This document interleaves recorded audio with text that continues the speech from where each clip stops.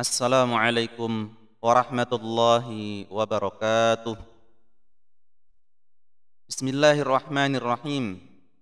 Innal hamdalillah nahmaduhu wa nasta'inuhu wa nastaghfiruh wa na'udzu billahi min shururi anfusina wa min sayyiati a'malina. May yahdihillahu fala mudhillalah wa may yudlil fala hadiyalah.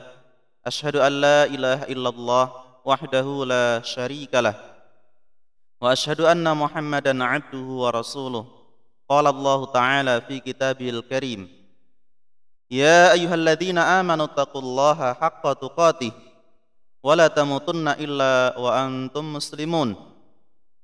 Ya ayyuhan nasu taqu rabbakumul ladzi khalaqakum min nafsin wahidah wa khalaqa minha zawjaha wa batha minhuma rijalan katsiran wa nisaa'a wattaqullaha alladzi tasaaluna bihi wal arham innallaha kana 'alaikum raqiba.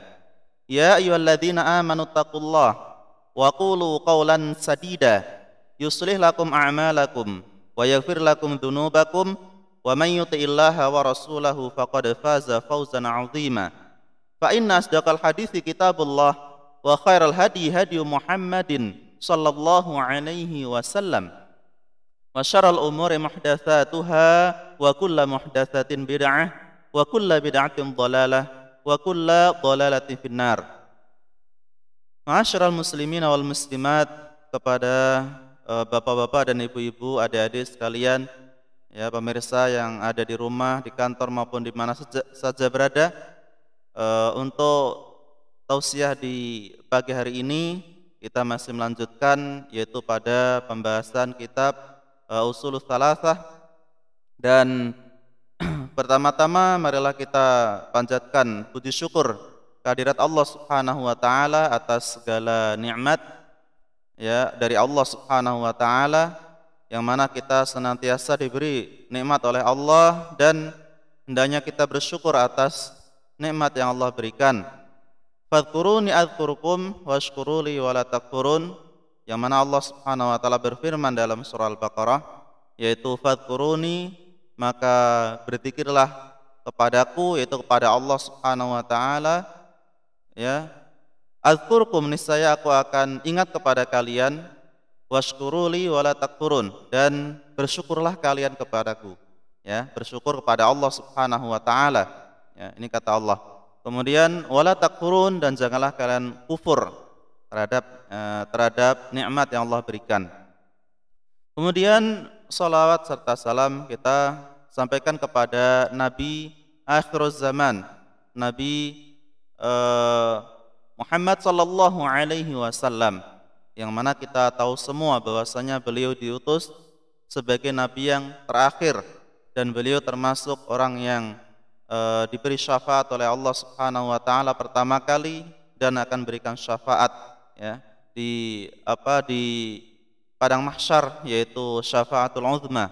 Bahkan disebutkan dalam hadis yang sahih riwayat Imam Ad-Darimi dari sahabat Jabir bin Abdullah, kata Nabi sallallahu alaihi wasallam, ana qaidul mursalin, ya, saya termasuk pemimpin para rasul, ya. Kemudian wa ana khatamun nabiyyin, dan saya juga termasuk penutup para nabi, ya, saya penutup para nabi. Dan wa ana awwalu syafi' wa awwalu musyaffa', dan saya termasuk orang yang pertama kali mendapatkan syafaat, ya, dan juga saya pertama kali yang memberikan syafaat kepada manusia. Ini menunjukkan bahwasanya Nabi SAW termasuk nabi kita yang terakhir. Beliau termasuk orang yang pertama kali mendapatkan syafaat, ya, dari Allah Subhanahu wa taala, dan akan memberikan syafaat kepada manusia, terutama kita tahu semua yaitu di padang mahsyar, ya, ketika ada syafaatul uzma. Dan juga sholawat, ya, kita sholawat kepada para keluarga Nabi, istri-istri Nabi, dan juga para sahabat-sahabat Nabi, dan kepada orang-orang setelahnya. Bahkan kita sendiri ketika waktu sholat, ya, ketika tasyahud awal maupun tasyahud akhir, kita bersalawat kepada Nabi SAW, yang disebutkan di dalamnya adalah Allahumma shalli ala Muhammad, ya Allah, ini sampaikanlah salawat kepada Nabi Muhammad kama shallaita ala Ibrahim, ya sebagaimana salawat untuk Ibrahim, ya kama barakta wa barik ala Muhammad wa ala ali Muhammad kama barakta ala Ibrahim wa ala ali Ibrahim, ya. Di sini juga mencakup kepada keluarga Nabi Muhammad, ya, mencakup juga kepada keluarga Nabi Ibrahim, ya, seperti istrinya Sarah atau Hajar dan juga anak-anaknya yaitu Nabi Ismail dan juga Nabi Ishak. Ini termasuk keluarga Nabi Ibrahim, ya. Begitu pula kita salat pada Nabi, itu kepada keluarga Nabi seperti istrinya Rasulullah dan juga anak-anak beliau yang beriman kepada Allah Subhanahu wa taala, termasuk kerabat beliau yang beriman. Nah, ini juga sering kita ucapkan ketika salat, ya, saat tasyahud, baik itu dalam salat wajib maupun dalam salat sunnah. Kemudian untuk pembahasan di pagi hari ini kita lanjut pada pembahasan yaitu sabar terhadap musibah, ya, sabar terhadap takdir-takdir yang Allah tentukan, yang mana ini sudah kita bahas sedikit di pembahasan kemarin. Untuk saat ini kita lanjut pada pembahasan qala Allah Ta'ala, Allah Subhanahu wa taala berfirman, yaitu dalam surah Al-Baqarah ayat 156 sampai 157, alladzina idza asabathum musibah qalu inna lillahi wa inna ilaihi raji'un ulaika alaihim salawatum mir rabbihim wa rahmah wa ulaika humul muhtadun. Ya, artinya alladzina idza asabathum musibah, apabila mereka ditimpa musibah, ya, apabila mereka ditimpa musibah, mereka mengucapkan qalu inna lillahi wa inna ilaihi raji'un. Mereka mengucapkan inna lillah, sesungguhnya kami ini milik Allah, ya, kami ini milik Allah, kita semua milik Allah.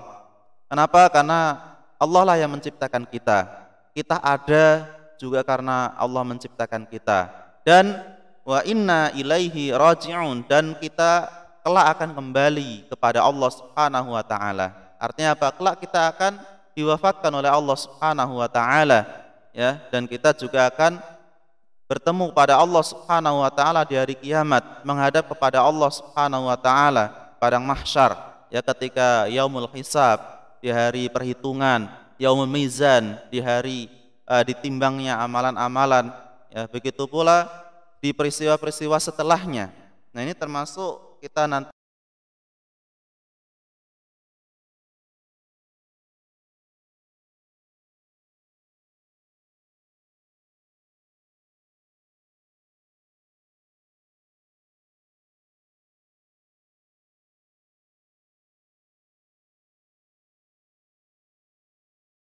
shalawatum mir rabbihim wa rahmah, mereka itu akan mendapatkan shalawat dari Allah Subhanahu wa taala, yaitu keberkahan dari Allah Subhanahu wa taala, wa rahmah, dan juga kasih sayang, ya, akan mendapatkan kasih sayang, wa ulaika humul muhtadun, dan mereka akan mendapatkan hidayah, ya, petunjuk dari Allah Subhanahu wa taala. Ini termasuk hal-hal yang disyariatkan ketika kita ditimpa musibah, kita mengucapkan inna lillahi wa inna ilaihi raji'un. Meskipun di dalam pembahasan yang lain, dalam hadis-hadis yang lain ada ucapan-ucapan yang boleh kita ucapkan, boleh kita amalkan, ya, seperti ketika ditimpa musibah lalu dia mengucapkan alhamdulillah ala kulli hal, ya. Ini juga boleh sebagaimana disebutkan dalam hadis yang lain, ya, tentunya riwayat Imam Ibnu Majah atau yang lain, bahwasanya ketika Nabi SAW beliau diberi kenikmatan oleh Allah, ya, diberi kenikmatan, beliau mengucapkan apa? Mengucapkan alhamdulillah alladzi bi ni'matihi tatimmus shalihat.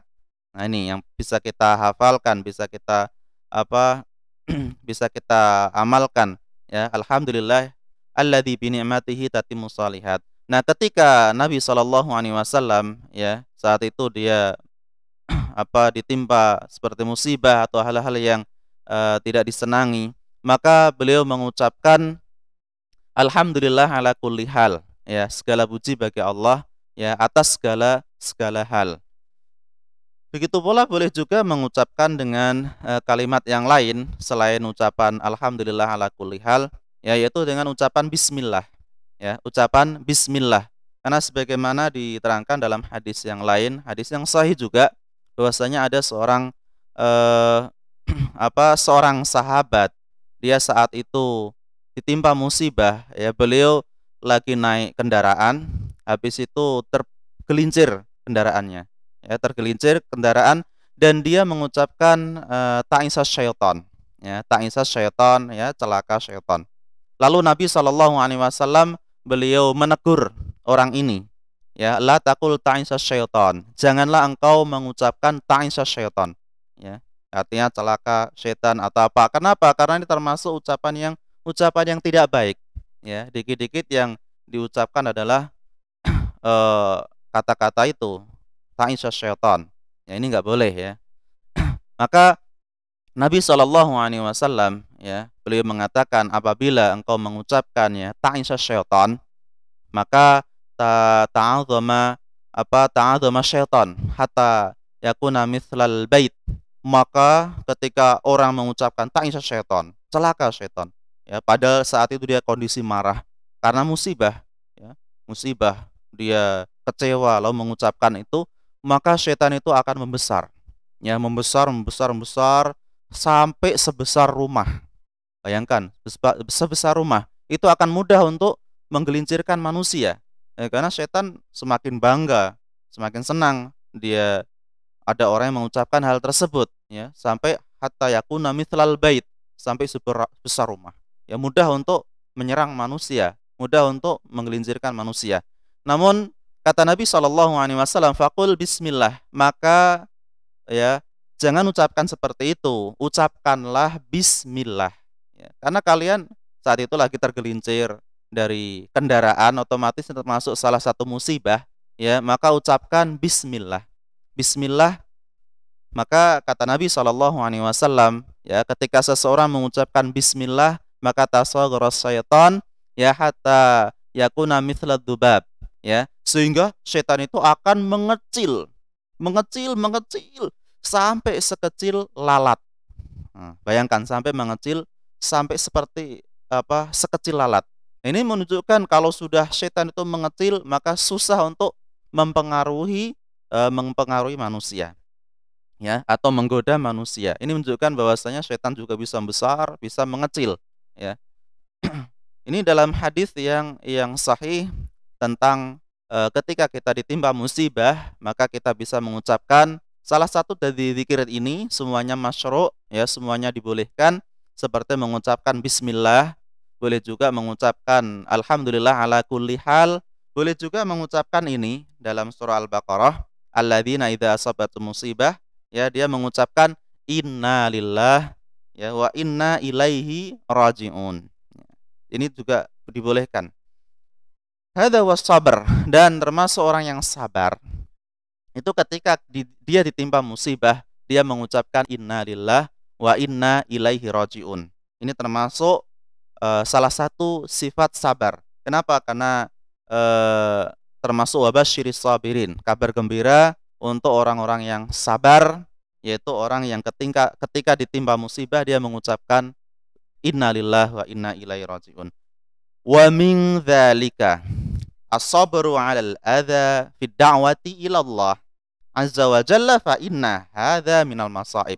Termasuk, ya, orang-orang yang ketika dia berdakwah di jalan Allah Subhanahu wa taala, lalu dia diganggu oleh orang-orang yang benci terhadap dakwah kita, ya, terhadap dakwah Rasulullah sallallahu alaihi wasallam, sehingga diganggu dengan ucapan olok-olokan atau diganggu dengan fisik, ya, maka ini termasuk masaib, ya, termasuk salah satu ujian dari Allah Subhanahu wa taala, salah satu musibah. Maka hendaknya kita mengucapkan innalillah, sesungguhnya kami ini akan kembali kepada Allah, wa inna ilaihi rajiun, dan sesungguhnya kami kita milik Allah, kami milik Allah, dan kami akan kembali kepada Allah Subhanahu wa taala, ya, maka ini termasuk salah satu upaya kita untuk mendapatkan ya rahmat dari Allah, mendapatkan petunjuk dari Allah Subhanahu wa taala. Ya, sebagaimana di ayat berikutnya, ulaika alaihim shalawatu mir rabbihim wa rahmah wa ulaika humul muhtadun. Fa'alaika an tasbira ala ma talqa minal adza fi sabilil khair. Maka di sini kita diperintahkan untuk bersabar atas gangguan-gangguan, ya, atas gangguan-gangguan ya dalam berdakwah di jalan Allah Subhanahu wa taala. Ya, kenapa ya? Kenapa? Li'anna ba'dhan nas, ya. Sesungguhnya sebagian manusia, ba'dhan nasi, sebagian manusia yuridu fi'lul khair. Karena mereka kepingin kebaikan, kepingin mendapatkan ilmu syar'i, kepingin mendapatkan amalan-amalan yang sesuai ajaran Nabi Shallallahu Alaihi Wasallam, kepingin untuk menyampaikan ilmu juga ya kepada orang lain. Ini harapan sebagian manusia. Maka dari situlah kita tetap untuk senantiasa berdakwah, tetap untuk senantiasa amar ma'ruf nahi mungkar, tetap untuk senantiasa menyampaikan ajaran Nabi Shallallahu Alaihi Wasallam, tetap untuk senantiasa berwasiat atau saling menasehati untuk ketaatan kepada Allah Subhanahu Wa Taala. Lakin idza wajau syai'un yukrihuhu qala laisa minal wajib alayya an adkhala nafsi fi hadhil umur, ya. Akan tapi kalau seandainya ada orang yang dia berdakwah lalu dia diganggu, ya, diolok-olok, dicela, habis itu dia putus asa. Ya, putus asa. Dia mengatakan laisa minal wajib, ya, alayya, berarti ini bukan kewajiban saya. Saya mau dakwah, ternyata yang nerima ada tapi kok yang mencela ada 1-2 orang. Ya, dia kok benci sekali. Ya, kalau gitu sudahlah, nggak perlu berdakwah.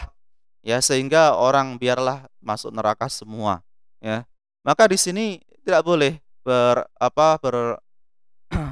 tidak boleh berazam seperti itu. Kenapa? Karena dakwah ini termasuk cara menyampaikan ilmu yang pernah dilakukan oleh para nabi dan para rasul, ya, dan juga umat-umat terdahulu. Mereka juga berdakwah untuk mengajak manusia ke jalan yang benar, ya, dan sudah pasti mereka juga mendapatkan gangguan, ya, dari orang-orang yang tidak menerima agama yang benar. Lalu yatrukul ilm, ya. Lalu ketika dia sudah, ini yang buruk ya, yang sudah putus asa ketika berdakwah, ada yang ganggu, ada yang mencela, ya, langsung dia meninggalkan at-ta'lim, meninggalkan dalam mengajar ilmu.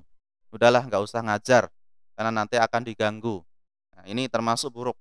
Lalu ingkana mualliman, padahal dia termasuk seorang guru, seorang pengajar atau pendidik ilmu agama, ya.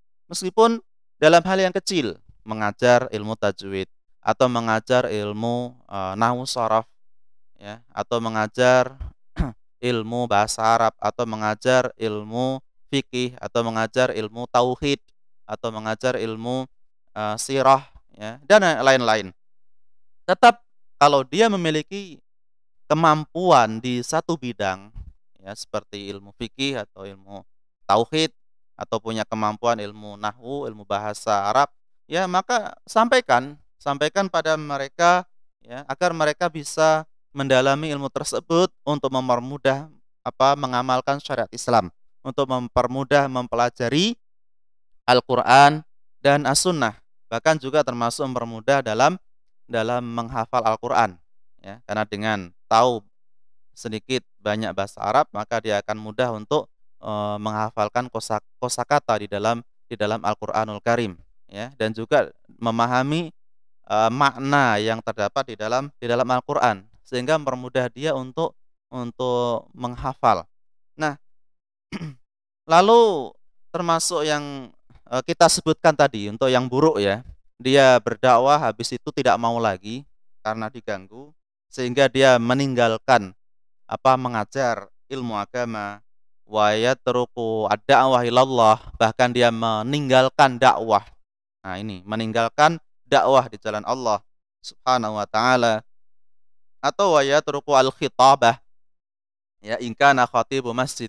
Bahkan dia meninggalkan khutbah. Kalau dia seorang penceramah di masjid, dia tinggalkan khutbah itu. Kenapa? Kalau khutbah juga isinya tentang agama, nanti akan dicela. Langsung dia tinggalkan. Ini juga buruk. Ya, wa yatruku imamatal masjid. Bahkan dia meninggalkan menjadi imam di masjid. Nah, kenapa? Karena menjadi imam di masjid, dia akan dijadikan sebagai panutan, sebagai suri tauladan, ya, sebagai imam, contoh. Lalu dia nggak mau, ya, nanti takutnya dicela, langsung dia tinggalkan. Ini juga buruk, ya. Kemudian wa yatrukul amr, ya, al amru bil ma'ruf wan nahyu 'anil munkar. Bahkan amar ma'ruf dan nahi mungkar dia tinggalkan, ya. Wa yatrukul amr, dia tinggalkan untuk mengajak kebaikan. Dia tidak mau untuk mencegah kemungkaran yang ada di yang ada di kalangan masyarakatnya, dia juga tidak mau, ya. Dia tinggalkan hal itu. Nah, ini juga termasuk buruk, ya. Hadza lam yasbir, dan semua ini, ya, semua ini termasuk sesuatu yang tidak sabar atau dinilai tidak sabar, yang alama nalahu minal adza, atas gangguan-gangguan yang dia terima, ya. Tidak sabar ketika dia berdakwah, ya, ketika ada gangguan langsung dia tinggalkan. Sampai mengajar dia tinggalkan, khutbah dia tinggalkan, begitu pula amar ma'ruf nahi mungkar dia tinggalkan, sampai pun jadi imam, ya, jadi imam dia tinggalkan. Berarti ini kan tanda-tanda orang yang tidak sabar terhadap gangguan atau celaan dari sebagian manusia yang benci terhadap agama Islam. Wa idza kunta mukhtian 'alaika birruju' ilal haqqi was-shawab. Nah, kalau ketika kita menyampaikan ilmu, ternyata setelah dia sampaikan kok ada kesalahan, karena dia menerus belajar, maka senantiasa hendaknya dia rujuk, ya. Dia ralat apa yang dia sampaikan ternyata salah, dia ralat. Dia terus untuk kembali ke jalan yang benar. Jangan sampai yang salah dia pertahankan terus, yang benar malah dia tinggalkan, ya. Malah justru yang salah dipertahankan ini kan nggak etis, ya, nggak bagus. Maka ketika ada kesalahan, hendaklah dia rujuk, hendaklah dia ralat kesalahan tersebut, ya, untuk kembali ke ilal haqqi wash-shawab, untuk kembali ke jalan yang benar, ya. Amma in kunta ala haqqin wa lam tukhti fa 'alaika bis-sabri wal ihtisab. Nah, kalau Anda dalam menyampaikan ilmu ternyata memang yang Anda sampaikan itu benar, ya, benar, meskipun kadang ya pahit rasanya ketika dia sampaikan. Kenapa? Karena nanti akan ada gangguan, akan ada ujian, ya, akan ada celaan. Pahit rasanya untuk disampaikan, tapi karena itu termasuk ilmu, maka sampaikan. Ya, karena kebenaran dari Allah Subhanahu wa taala. Kalau tidak kita sampaikan bagaimana? Ya, tentu nanti akan hilang ajaran Islam itu sendiri, ya. Maka fa'alaika bis-sabr. Ketika Anda sampaikan, hendaklah kalian bersabar.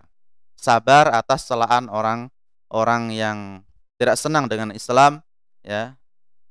Dan wal ihtisab, dan juga hendaknya kita mengharap pahala dari Allah Subhanahu wa taala. Wastash'ara anna hadza fi sabilillahi azza wa jalla wa annaka ma'jurun alaih, ya. Dan dengan rasa yang Anda lakukan dan Anda hendaknya bersabar atas gangguan-gangguan yang tinggi ketika Anda berdakwah, Anda akan dicela, akan diolok-olok, maka dari situlah Anda hendaknya bersabar, dan tentu Anda akan mendapatkan pahala dari Allah Subhanahu wa taala. Atas apa? Atas kesabaran Anda, atas semangat Anda di dalam berdakwah. Nah, ini Allah akan berikan pahala. Wa tadhkuru ma hasala lil anbiya alaihimus salatu wassalam al-adza, ya, dan bagaimana kita bisa mengingat apa yang dilakukan oleh para nabi dan para rasul ketika mereka berdakwah. apakah mereka tidak diganggu oleh umatnya, ya, yang tidak menginginkan atau yang mengabaikan agama para nabi, ya? Apakah para nabi tidak diganggu? Kita jawab, para nabi dan para rasul, mereka ketika berdakwah malah justru banyak sekali gangguan dan cobaan-cobaan, ya, dan ujian-ujian. Itulah sebagaimana yang disabdakan oleh Nabi Shallallahu Alaihi Wasallam, ya, dalam hadis yang sahih, asyadul bala al anbiya, ya, dan bala atau ujian, cobaan itu yang paling berat adalah yaitu ujian untuk para nabi dan para rasul ini. Maka jelas ketika mereka berdakwah di jalan Allah, mereka tidak hanya sekedar diolok-olok saja, ya. Bahkan sampai diperangi. Ya, ini termasuk tantangan untuk mereka, dan juga kita bisa mengambil ibroh, ya. Senantiasa seseorang mengajak kebenaran, pasti ada yang menerima dan pasti ada yang menolak, karena mereka ada yang senang dengan agama Islam, ada yang tidak senang dengan agama Islam. Nah, kalau yang tidak senang pasti dia akan menolaknya. Nah, kemudian wa kaifa sabaru wa jahadu fisabilillah hatta nasrahumullah azza wa jalla, dan bagaimana, ya, ketika mereka bersabar. Bagaimana kita bisa melihat mereka sangat kuat sabarnya. Bahkan tidak hanya bersabar dalam berdakwah, mereka juga wajahadu fisabilillah. Mereka terus berjuang di jalan Allah Subhanahu wa taala, terus menyampaikan ilmu, ya, terus dia sampaikan, berjuang dan berjuang, ya, dan juga diiringi dengan kesabaran, maka hatta nasrahumullah, sampai Allah pun yang mendatangkan pertolongan kepada mereka azza wajal, ya.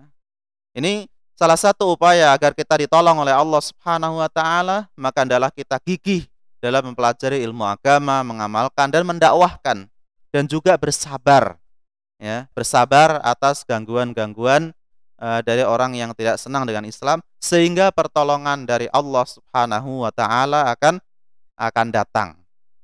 Dan kita semua minta pertolongan hanya kepada Allah Subhanahu wa taala, ya, tidak minta tolong pada selain Allah, ya, sebagaimana dalam hadis yang sahih, Ibnu Abbas, hadis Bukhari, Nabi Shallallahu Alaihi Wasallam beliau pernah bersabda, "Idza sa'alta fas'alillah, wa idza sta'anta fasta'in billah." Ya, apabila Anda meminta, maka mintalah kepada Allah Subhanahu wa taala. Ya, apabila Anda minta pertolongan, wa idza sta'anta fasta'in billah, maka mintalah pertolongan kepada Allah Subhanahu wa taala. Pemirsa yang ada di rumah dan di mana saja berada, untuk selanjutnya kita lanjut di halaman 36 di kitab Ushulus Tsalatsah yang telah disyarah oleh Syekh Shalih Fauzan dalam silsilah Syarhur Rasail, ya. Kata Al-Imam Asy-Syafi'i, ini yang ditulis oleh seorang muallif, ya, beliau menukil dari Al-Imam Asy-Syafi'i rahimahullah, "Lau ma anzalallahu hujjatan ala khalqihi illa hadhi surata lakafathum." Ya. Yang artinya adalah lau ma anzalallah, kalau sekiranya Allah tidak menurunkan hujjah, dalil, ya.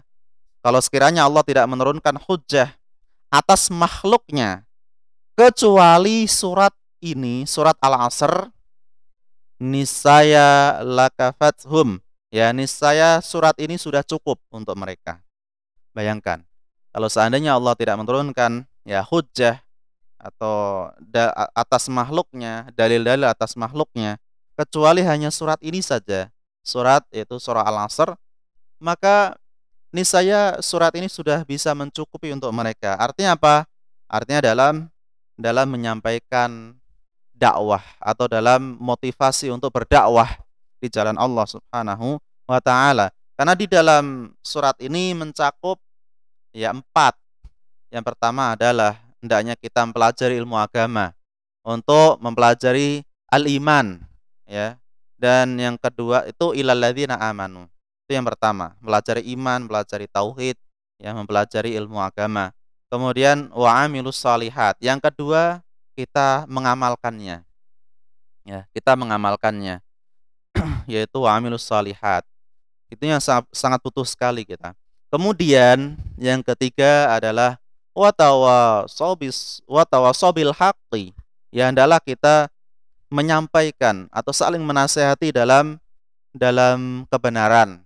Nah, ini kaitannya dengan berdakwah di jalan Allah Subhanahu wa taala. Watawasobis sabr. Yang keempat adalah kita saling menasehati dalam menetapi kesabaran. Nah, ini kaitannya dengan apa? Sabar di dalam berdakwah.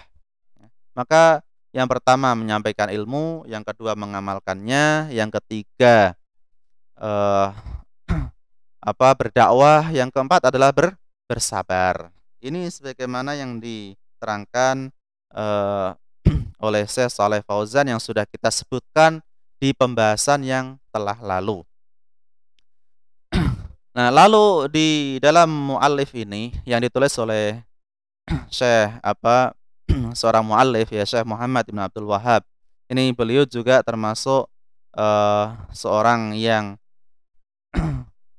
dilihat di dalam kitabnya, beliau malah justru menukil perkataan Imam Asy-Syafi'i, ya, menukil al-Imam Asy-Syafi'i. Beliau tulis rahimahullah, semoga Allah merahmati dia. Ini menunjukkan bahwasanya beliau pada dasarnya orang yang menyampaikan ajaran tauhid, ajaran yang benar, ya. Karena beliau menukil dari Imam Syafi'i. Kalau beliau benci, tidak mungkin akan ditulis perkataan Imam Asy-Syafi'i dalam kitabnya, ya. Sampai beliau memuji al-Imam Asy-Syafi'i, mendoakan al-Imam Asy-Syafi'i, ya. Beliau mengatakan rahimahullah, semoga Allah merahmati al-Imam Asy-Syafi'i. Nah, siapa al-Imam Asy-Syafi'i? Kita semua yang ada di negeri kita semuanya sudah mengenal siapa Imam Asy-Syafi'i, ya. Namun kita akan bahas sedikit biografi beliau, ya, untuk mengenal lebih dalam tentang siapa Imam Asy-Syafi'i. Al-Imam Asy-Syafi'i kalau nama aslinya itu adalah Muhammad ibnu Idris Asy-Syafi'i, ya. Muhammad ibnu Idris Asy-Syafi'i. Ini yang disebutkan oleh para ulama, ya, seperti dalam kitab ini, dalam syarah yang ditulis oleh Syekh Shalih Fauzan. Ya, nisbah ila jadihi rabi ismuhu Syafi'. Dan beliau kenapa disebut Asy-Syafi'i? Asy-Syafi'i ini dinisbahkan atau disandarkan kepada kakeknya yang keempat. Namanya adalah Syafi', ya, Syafi'. Muhammad ibnu Idris, ya, sampai kepada Ibnu Syafi'. Ibnu Syafi', Syafi' itu adalah kakeknya yang keempat. Wa huwa min Quraisy, dan dia termasuk dari kalangan suku Quraisy, ya. Min Bani Al-Muttalib, dari kalangan Bani Al-Muttalib, ya. Dan kalau ditelusuri silsilahnya itu terus sampai ke nasab ke Adnan, ya, nasab ke Adnan. Sebagaimana Rasulullah juga sampai ke nasab Adnan. Tapi kalau ditanya apakah beliau termasuk keturunan Rasulullah, ya, maka tidak. Artinya nasab-nasab beliau tuh sampai ke atas, sampai ke kakek-kakeknya Rasulullah yang keberapa. Nah, seperti itu. Tufiya sanata, dan al-Imam Asy-Syafi'i beliau meninggal yaitu di tahun 204 Hijriah. Orang termasuk ulama yang terdahulu sekali, ya, 204 Hijriah.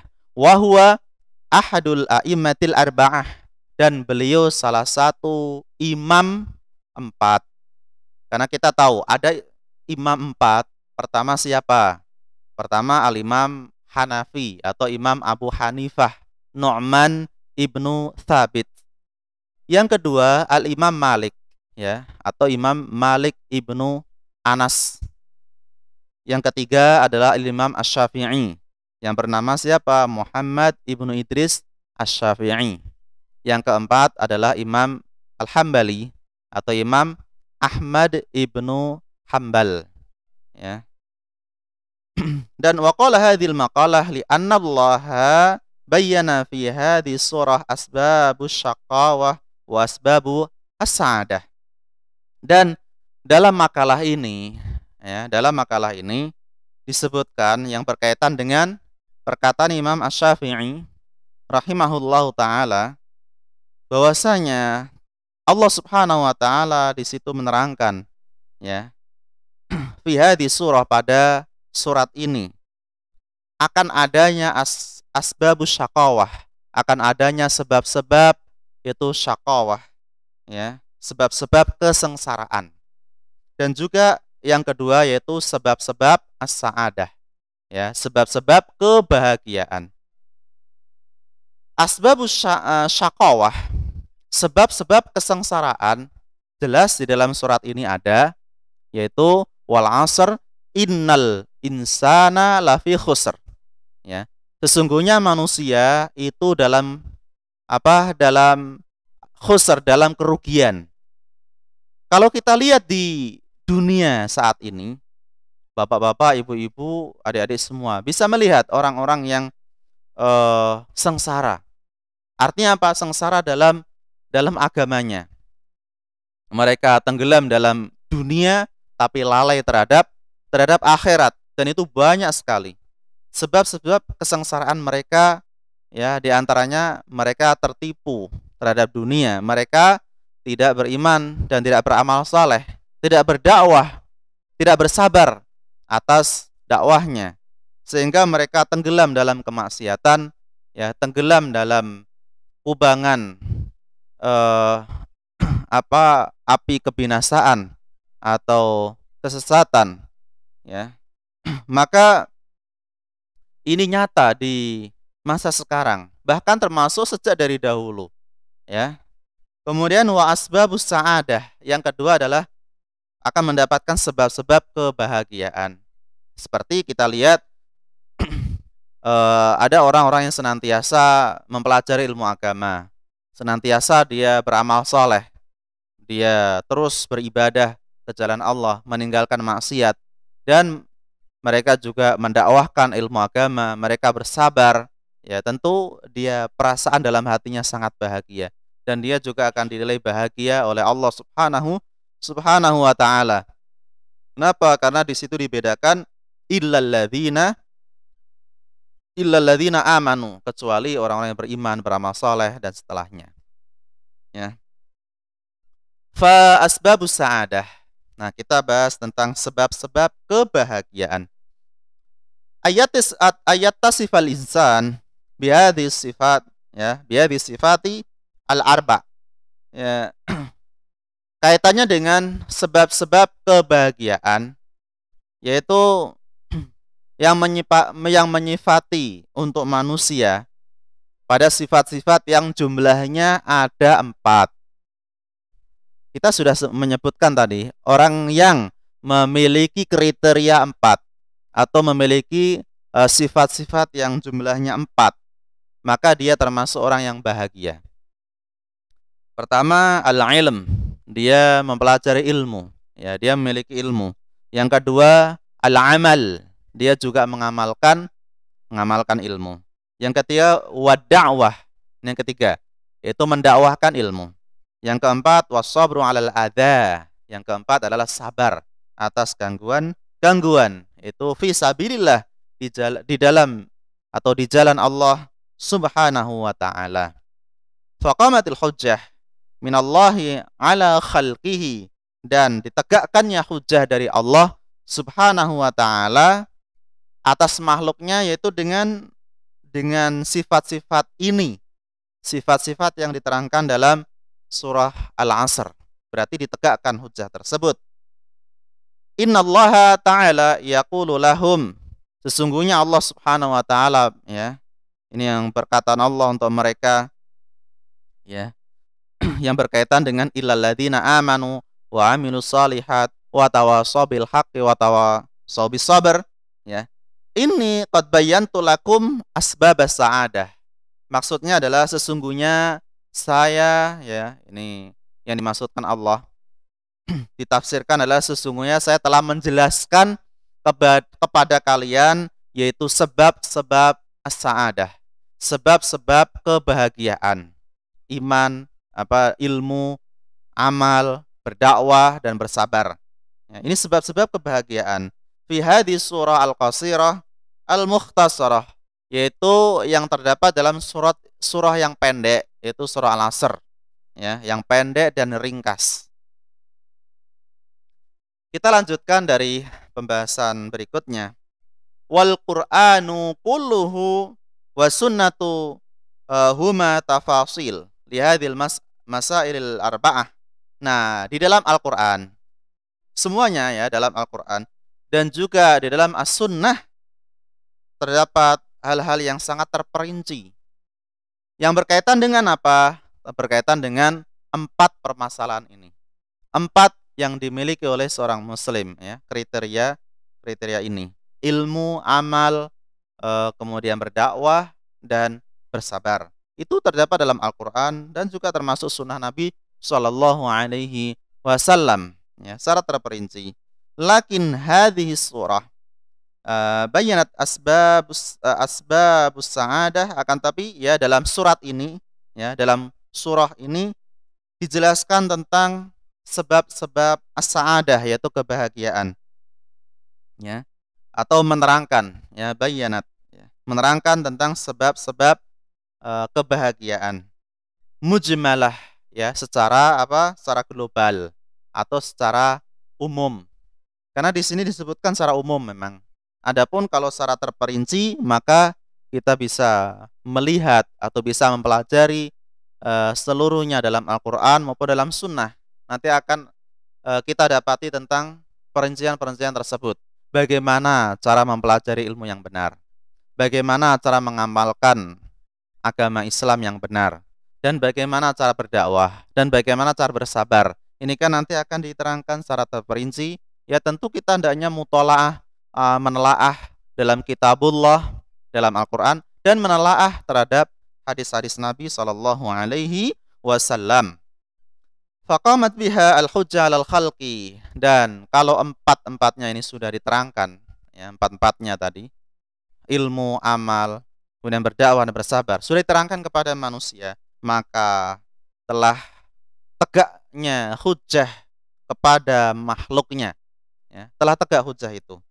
Wa baqiyatun nususil Qur'an wa sunnah mufassilah wa mubayyinah li hadhil masailil arba', ya, tinggal kita mempelajari lagi tentang nas-nas Al-Qur'an, tentang dalil-dalil Al-Qur'an dan juga as-sunnah kaitannya dengan perincian di pembahasan surah Al-Asr. Ya, perinciannya seperti apa kita pelajari dalam Al-Qur'an dan sunnah semuanya. Wa mubayyinah, dan juga bagaimana penjelasannya kita pelajari di dalamnya. Lihadil masail al-arba', ya, terhadap 4 permasalahan ini, ya, terhadap 4 kriteria ini yang dimiliki oleh seorang muslim, seorang yang beriman kepada Allah Subhanahu wa taala. Wa laisa ma'na kalam Syafi'i anna hadhihi surata, ya, bukan makna atau maksud yang diungkapkan oleh al-Imam Asy-Syafi'i itu bahwasanya anna hadhihi surat takfin nas, ya, sesungguhnya surat Al-Asr ini cukup untuk manusia, ya, sehingga manusia nggak perlu belajar di dalam ayat-ayat yang lain selain surah Al-Asr, atau tidak perlu belajar dalam hadis Nabi Shallallahu alaihi wasallam. Cukup dengan 4 ini, ya, tidak seperti itu. Tidak seperti itu. Ini jangan sampai nanti di antara kita salah paham. Imam Asy-Syafi'i dia mengungkapkan bahwasanya cukup mempelajari surah Al-Asr. Cukup, ya. Kalau Allah tidak menurunkan hujjah kepada makhluknya kecuali surat ini saja, ya sudah cukup. Berarti kan kita pelajari surah Al-Asr saja, ya, selama seumur hidup. Ungkapan seperti ini justru salah kaprah. Karena di dalam agama Islam itu kita tahu Islam yang benar adalah Islam yang kafatal linnas, ya, kafah, ya, Islam yang kafah, yang sempurna di dalam kita mempelajari ilmu agama, ya, seluruh dalam Al-Qur'an maupun dalam sunnah, ya, harus sempurna, semua dalil kita amalkan. Jangan sampai kita ngambil hanya surah Al-Asr saja. Nanti ngungkapin seperti itu, kok cuma surah Al-Asr saja? Kan Imam Syafi'i ngomong seperti itu. Ya ini salah. Yang salah bukan Imam Syafi'i sendiri. Yang salah ya orang ini, ya, Anda ini, orang ini yang dia salah dalam memahami perkataan Imam Asy-Syafi'i. Ya. Lau ma anzalallah ghairuha lakinnaha qamatil hujjah alaihim. Ya, kalau seandainya Allah Subhanahu wa taala menurunkan ya ayat-ayat yang lain selain surah Al-Asr, lakinnaha qamat al-hujjah alaihim, dan akan tetapi dengan ayat-ayat yang lain selain surah Al-Asr ternyata bisa tegak dengan hujjah. Ya, tegak dengan hujjah. Artinya apa? Dalam menyampaikan ilmu, kemudian dalam mengamalkan, dalam berdakwah, dalam bersabar, di ayat-ayat yang lain juga ada, ya, ada, dan itu bisa tegak dalam hujjah, maka hal itu juga tetap ya bisa dikatakan cukup, ya, dikatakan cukup untuk dijadikan motivasi kita untuk apa? Untuk mengamalkan agama Islam. Tapi ingat, perincian bagaimana cara berdakwah, cara mengamalkan itu semuanya harus kita pelajari. Seluruh dalam ajaran Islam, yaitu dalam Al-Qur'an maupun dalam As-Sunnah. Li'anna Allah bayyana fiha asbab as-sa'adah. Ya, bahwasanya Allah Subhanahu wa taala menjelaskan di dalamnya tentang asbab as-sa'adah, ya, tentang sebab-sebab kebahagiaan, wasbab as-saqawah, dan juga sebab-sebab apa as-saqawah, sebab-sebab kesengsaraan, ya, dan itu sudah kita bahas tadi yang berkaitan dengan surah Al-Asr.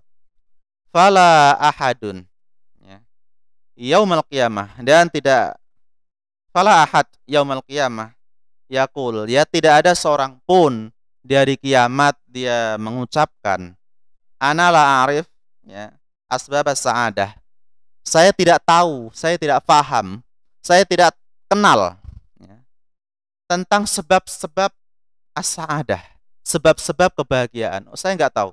Kemudian wala arif asbab, ya, asbab asyaqawah, dan saya tidak tahu tentang asbab asyaqawah, tentang sebab-sebab kesengsaraan. Ya. Maka ini tidak akan ada orang yang ketika di hari kiamat dia mengucapkan seperti ini. Ketika ditanya, kenapa Anda tidak mau beribadah? Kenapa Anda tidak menyampaikan ilmu? Kenapa Anda tidak mempelajari ilmu agama? Ya.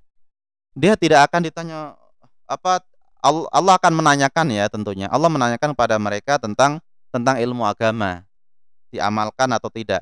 Tapi tidak akan ada orang yang menjawab, ya, saya nggak tahu kok. Saya nggak tahu tentang sebab-sebab kebahagiaan dan sebab-sebab kesengsaraan. Tidak akan ada yang mengatakan seperti itu. Kenapa? Karena sebab-sebab kebahagiaan, sebab-sebab kesengsaraan Allah telah terangkan. Ya, Allah terangkan dalam Al-Qur'an dan As-Sunnah, dan Allah turunkan Al-Qur'an dan As-Sunnah itu. Al-Qur'anul Karim, ya, dua wahyu. Lalu disampaikan oleh Nabi Muhammad SAW, ya, dan juga disampaikan kepada umatnya. Umatnya juga menyampaikan, ya, kepada umat lain, sehingga mereka akan masuk ke dalam Islam dan menjadi umat Rasulullah SAW, yaitu ummah ad-dakwah, ya, umat yang dia bisa menerima dakwah Islam. Nah, ini terus disampaikan oleh oleh Nabi dan para sahabat dan para salafus saleh dan juga orang-orang setelahnya umat Rasulullah. Sehingga banyak orang yang mendapatkan apa sebab-sebab kebahagiaan dan sebab-sebab kesengsaraan. Tapi kalau ditanya kenapa mereka tidak mau mendapatkan, tidak mau menerima Islam, ya, tidak mau menerima Islam, sehingga sudah disampaikan berkali-kali dakwah tersebut, sudah disampaikan berkali-kali tentang ilmu tersebut, tapi tetap aja dia kebal dari seruan, ya, tidak mau menerima. Maka yang salah dia sendiri, ya, orang itu sendiri, dia tidak mau menerimanya. Dan tentu juga ingat bahwasanya hidayah, ya, hidayah belum masuk kepada dia, ya, dan hidayah at-taufik itu dari Allah Subhanahu wa taala. Wa huwa yaqra'u hadhihi surah al-mukhtasarah al-wajizah, bahkan semua manusia sudah yang muslim tentunya, mereka juga sudah hafal tentang surat ini, surah Al-Asr. Wal 'asr innal insana lafi khusr illa alladziina amanu wa 'amilus shalihat wa tawassaw bil haqqi wa tawassaw bis sabr. Sampai orang awam pun mereka juga hafal kaitannya dengan surah Al-Asr. Karena surat ini sangat pendek dan juga sering dibaca ya di juz yang 30 itu ya, surah Al-Asr. Sering dibaca ketika sholat wajib atau sholat sunnah. Ya sering dibaca. Sehingga ketika sudah sering didengar ya hafal sendiri. Ya, tahu tentang sebab-sebab asyaqawah, sebab-sebab kesengsaraan dan sebab-sebab as-sa'adah, yaitu sebab-sebab kebahagiaan karena sering dibahas atau sering mendengar surat ini. Kemudian Al-Bukhari, ya, Al-Imam Al-Bukhari. Siapa Al-Imam Al-Bukhari? Karena di sini disebutkan oleh seorang muallif ya, penulis kitab ini, Ushulul Tsalatsah. Qala Al-Bukhari rahimahullah. Al-Imam Al-Bukhari rahimahullahu taala beliau mengatakan babul ilmi qabla al-qauli wal amal. Ya, bab ilmu itu sebelum perkataan dan perbuatan. Ya, bab ilmu sebelum perkataan dan perbuatan. Ini perkataan Al-Imam Al-Bukhari. Nah, kita mengenal sedikit siapa Al-Imam Al-Bukhari. Ini yang disebutkan oleh Syekh Shalih Fauzan dalam Syarah Ushulul Tsalatsah. Wa Al-Imam Muhammad ibnu Ismail ibnu Ibrahim Al-Bukhari. Ya. Imam Bukhari itu nama aslinya adalah Muhammad ibnu Ismail ibnu Ibrahim ibnu Bardisbah Al-Bukhari. Ya. Nisbah ila Bukhara. Nah, kenapa kok dinamakan Imam Bukhari, bukan Imam Muhammad? Padahal nama aslinya Muhammad ibnu Ismail. Kok Bukhari? Bukhari itu ya dinisbahkan kepada suatu daerah yang berada di, kalau dulu ya berada di Uni Soviet. Ya, berada di Uni Soviet. Itu di Bukhara namanya, daerah Bukhara. Ya. Adapun Imam Bukhari meninggal di Samarkand, ya, di negara Azerbaijan. Dan Azerbaijan ini dulu juga termasuk bagian dari Uni Soviet dulu. Tapi sekarang sudah melepaskan diri, ya. Uni Soviet sudah masing-masing wilayah di Uni Soviet sudah memerdekakan diri, ya, termasuk Rusia, Azerbaijan, Tajikistan, Ukraina dan yang lain, ya. Nah, Imam Bukhari itu dinisbahkan ke daerah Bukhara, yang salah satu daerah Uni Soviet dulu. Berarti beliau bukan termasuk orang Arab. Iya, beliau termasuk orang Ajam karena berasal dari sana. Tapi beliau mempelajari ilmu agama sampai ke tanah Arab, ya, sampai ke negeri-negeri Jazirah Arab. Karena beliau termasuk orang yang sangat semangat di dalam thalabul ilm, semangat dalam menuntut ilmu syar'i. Nah, baldatun fil masyriq. Bukhara termasuk sebuah negeri yang ada di masyriq, yang ada di timur, ya. Imam ahlul hadis. Dia termasuk imamu ahlul hadis. Imamnya ahlul hadis. Karena beliau punya kitab Sahih Bukhari. Bahkan kitab beliau sangat banyak, ya. Ada Adabul Mufrad, ada Khalqu Af'alil Ibad, ya. Ada Tarikh Al-Kabir, Tarikh Al-Awsat, Tarikh As-Shaghir, ya. Dan juga kitab ini yaitu Sahih Al-Bukhari. Wa Jablul Hifdzi rahimahullah, bahkan termasuk orang yang sangat kuat hafalannya, ya, sangat jenius, ya, dalam hafalan beliau. Semoga Allah Subhanahu wa taala merahmati beliau, ya. Shahibus Sahih Al-Bukhari, beliau termasuk penulis, ya, atau pemilik kitab Sahih Al-Bukhari. Huwa ashahul kutubi ba'da kitabillah. Bahkan kitab Sahih Bukhari termasuk kitab yang paling sahih, ya, di dalam hadis, karena isinya hadis-hadis. Itu kitab yang paling sahih setelah Al-Qur'anul Karim. Insyaallah, ya. Qauluhu al-ilm qabla al-qauli wal amal. Nah, berkaitan dengan perkataan Al-Imam Al-Bukhari, al-ilmu qabla al-qauli wal amal. Ilmu itu sebelum perkataan dan perbuatan. Nah, kenapa? Karena jelaskan oleh Syekh Shalih Fauzan ya. Li'annal ilma la yanfa'u illa idza kana mabniyan ala ilmin. Karena amalan itu tidak akan bermanfaat. Orang asal-asalan untuk beramal, nggak punya ilmu, bener atau enggak, yes, pokoknya diamalin. Pokoknya diamalkan terus. Maka jelas amalan seperti ini tidak benar, tidak baik. Ya. Bahkan bisa tertolak. Kenapa? Karena tanpa ilmu. Sedangkan para sahabat Nabi SAW mereka mengamalkan itu berdasarkan ilmu, dan Nabi sendiri yang mengajarkan ilmu tersebut kepada mereka. Ya, Nabi mengajarkan, mereka mengamalkan. Ini menunjukkan bahwasanya ilmu itu sebelum amal, ya, sebelum perkataan dan amal. Ya, karena amalan tersebut tidak bermanfaat kecuali kalau tidak diiringi dengan ilmu. Ya. Amal-amal al-mabniu ala jahlin. Adapun amal, ya, amal itu dibangun di atas kejahilan. Orang beramal asal-asalan, dia dibangun di atas kejahilan. Kenapa? Karena tanpa ilmu. Fa innahu la yanfa' sahibahu bal yakunu wabalan wa dhalalan. Bahkan amalan yang dia lakukan tanpa ilmu itu tidak ada manfaatnya bagi pelakunya. Bahkan bisa sia-sia, bahkan bisa tersesat, ya.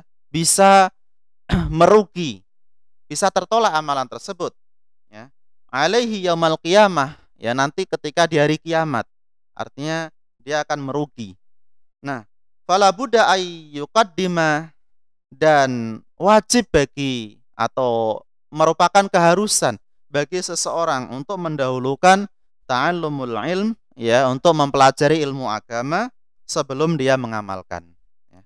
Sebelum dia mengamalkan. Meskipun ya sejak kecil anak-anak dilatih untuk mengamalkan agama, tidak mengapa dia amalkan, tapi jangan lupa untuk terus diajarkan ilmu agama, ya. Tidak hanya sekedar ngamalkan, tapi tidak diajarin ilmunya.